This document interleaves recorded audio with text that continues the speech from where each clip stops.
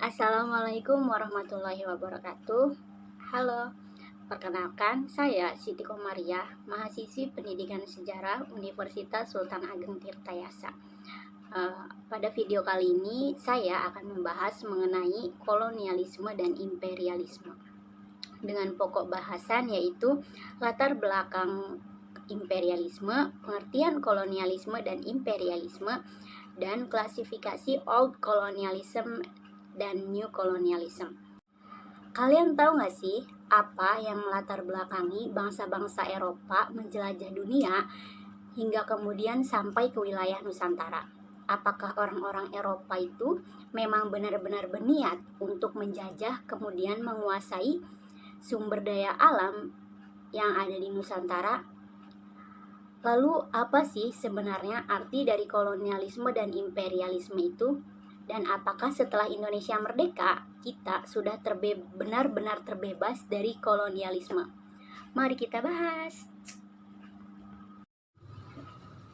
Oke, sekarang kita masuk ke pembahasan yang pertama, yaitu mengenai latar belakang imperialisme. Sekitar abad ke-15 atau tepatnya pada tahun 1453 Masehi, sebuah kota bernama Konstantinopel berhasil ditaklukkan oleh Turki Utsmani di bawah komando Muhammad Al-Fatih yang pada saat itu berusia 21 tahun. Lalu apa hubungannya dengan imperialisme? Konstantinopel merupakan ibu kota dari kerajaan Bizantium Romawi Timur. Terletak di antara dua benua, yaitu benua Asia dan benua Eropa.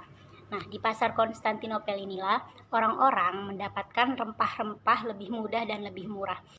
Namun, semenjak Konstantinopel ditaklukkan oleh Turki Utsmani, akses bangsa Eropa untuk mendapatkan rempah-rempah yang lebih murah di kawasan Laut Tengah itu menjadi tertutup, sehingga harga rempah-rempah menjadi sangat mahal.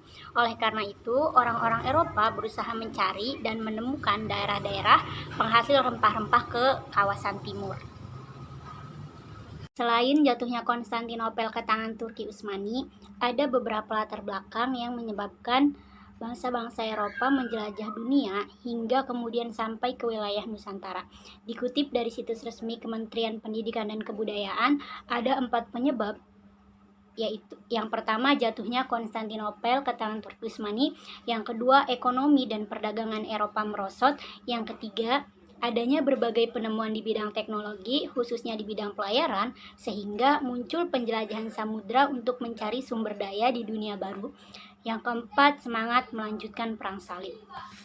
Namun ketika bangsa Eropa kemudian menemukan dunia baru, makin lama motivasi tersebut berubah menjadi nafsu untuk menguasai dunia baru.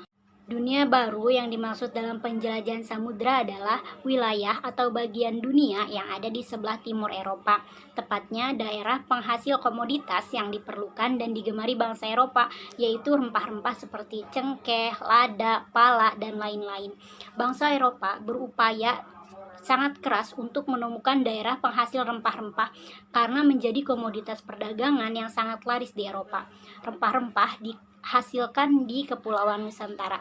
Bangsa Eropa menyebut Nusantara sebagai Hindia. Nah, sekarang kita sudah mengetahui kan apa yang menjadi latar belakang imperialisme dan kolonialisme yang terjadi di dunia, khususnya di Nusantara atau Indonesia. Sekarang kita masuk ke pembahasan yang kedua, yaitu mengenai pengertian kolonialisme dan imperialisme. Dikutip dari situs National Geographic, kolonialisme atau kolonialism terjadi saat suatu bangsa menaklukkan bangsa atau negara lain beserta seluruh penduduknya dan kemudian melakukan eksploitasi. Sedangkan imperialisme atau imperialism lebih mengarah pada kebijakan atau etos tentang penggunaan kekuasaan serta pengaruhnya dalam menguasai bangsa lain beserta penduduknya. Sedangkan menurut Kamus Besar Bahasa Indonesia, kolonialisme merupakan sebuah paham tentang penguasaan suatu negara tersebut. Sedangkan pengertian imperialisme menurut Kamus Besar Bahasa Indonesia adalah sebuah sistem politik yang dilakukan dengan menjajah negara lain, bertujuan untuk mendapatkan kekuasaan dan keuntungan sebesar mungkin. Nah, jadi pengertian kolonialisme adalah upaya yang dilakukan oleh negara-negara penguasa dalam rangka menguasai suatu daerah atau wilayah untuk mendapatkan sumber daya.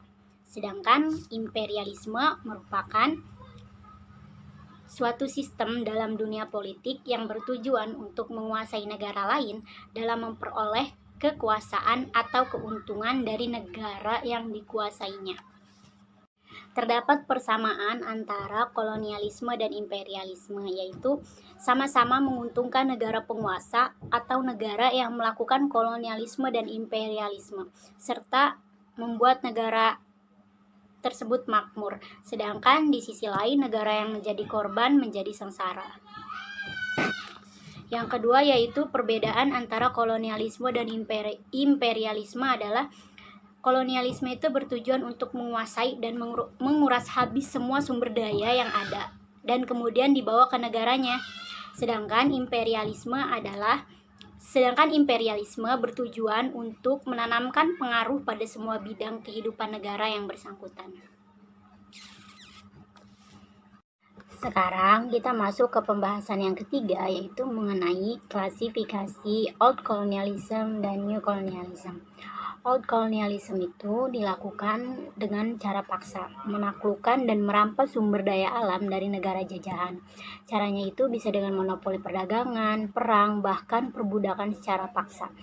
Gak cuma itu aja, bisa juga dengan senjata dan pembunuhan, bahkan pembantaian, seperti yang dilakukan oleh kolonial Belanda dan beberapa bangsa Eropa seperti Portugis, Spanyol, Inggris, dan Jepang. Berbeda dengan old colonialism yang bisa kita lihat dengan mata kepala kita sendiri, neokolonialism itu tidak bisa kita lihat. Jadi neokolonialisme zaman sekarang itu tidak kasat mata. Penjajahannya itu berupa perjanjian politik, pinjaman uang dengan jaminan aset negara, akulturasi budaya lokal menjadi cinta dengan budaya luar, dan cinta produk luar. Contohnya seperti yang dilakukan oleh Cina dan Korea Selatan. Cina ingin menguasai sumber daya alam Indonesia dengan cara memberikan pinjaman lunak. Negara Indonesia dibuat ketergantungan oleh Cina. Artinya Cina berhasil membuat koloni dengan pinjaman lunak itu.